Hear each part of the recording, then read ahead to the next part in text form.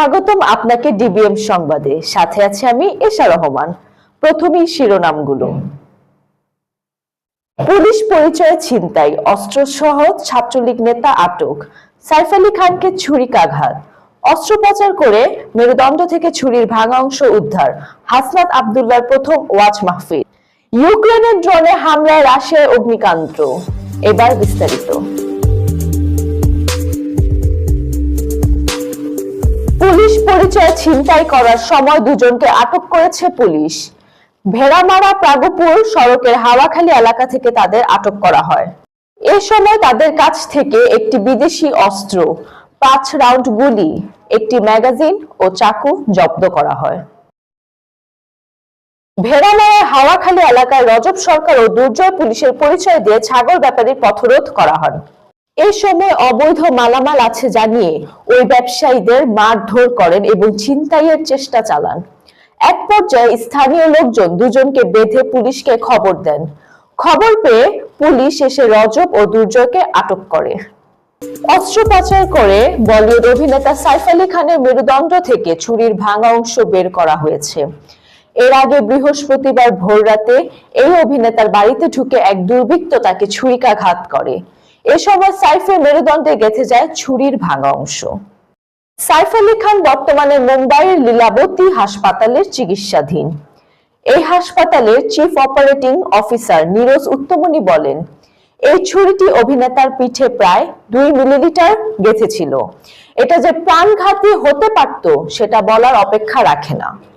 তিনি বলেন, সাইফ আলী খানকে হাসপাতালে আনার পর আমি তার চিকিৎসা করেছিলাম। উনি পুরো রক্তাক্ত ছিলেন, সারা গায়ে রক্ত লেগেছিল, কিন্তু তাও উনি তার ছেলে তৈমুরের হাত ধরে সিংহের মতো ঢুকেছিলেন। ছবিতে হিরোগিরি একরকম, কিন্তু ঘরে কেউ আপনার উপরে আক্রমণ করেছে আর সেখান থেকে এভাবে বেরিয়ে আসা মুখের কথা নয়। চিকিৎসকরা আজ জানিয়েছেন অভিনেতা এখন অনেকটাই সুস্থ আছেন, তবে ভয়ের কারণও আছে। হাসনাত আব্দুল্লাহ বাংলাদেশের একজন বিশিষ্ট সমাজকর্মী এবং বৈষম্য বিরোধী আন্দোলনের অন্যতম সমন্বয়ক। প্রথমবারের মতো একটি ওয়াজ মাহফিলে বক্তব্য দিয়েছেন। এই মাহফিলটি কুমিল্লার দেবিদ্বারে অনুষ্ঠিত হয় এবং এতে হাসনাত আব্দুল্লাহ সাদা পাঞ্জাবি ও টুপি পরিধান করে উপস্থিত ছিলেন। হাসনাত তার বক্তব্যের শুরুতেই মুসল্লিদের উদ্দেশ্যে বলেন, কার কাছে অপ্রিয় হলাম, কার পছন্দ হলো সেটা কোনো মুখ্য বিষয় নয়, মুখ্য হচ্ছে আমার ইসলাম আমাকে কি বলে। তিনি আরো বলেন, আমার দিন আমাকে কি শিক্ষা দেয় সেটা যদি অপছন্দের হয় সেটাই আমাদের করতে হবে। তার এই বক্তব্যে মাহফিলে উপস্থিত মুসল্লিদের মধ্যে ব্যাপক সাড়া পড়েছে। হাসনাত আব্দুল্লাহ এই বক্তৃতাটি মাহফিলে উপস্থিত সকলকে ব্যাপকভাবে প্রভাবিত করেছে এবং তার সুদ বিরোধী বার্তা এবং ইসলামের জীবন দর্শন নিয়ে কথা বলার মাধ্যমে তিনি নতুন আলোচনার সৃষ্টি করেছেন।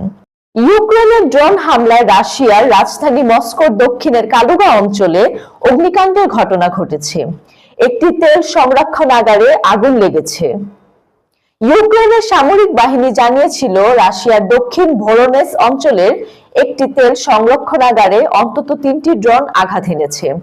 বাহিনীটি গতকাল জানিয়েছে আকাশ প্রতিরক্ষা ব্যবস্থা দিয়ে তারা রাশিয়ার উৎক্ষেপণ করার 50টি ড্রোনের মধ্যে 33টি ভূপাতিত করেছে। এই ছিল আজকের সংবাদ। এতক্ষণ ডিবিএম সংবাদের সাথে থাকার জন্য আপনাদের ধন্যবাদ।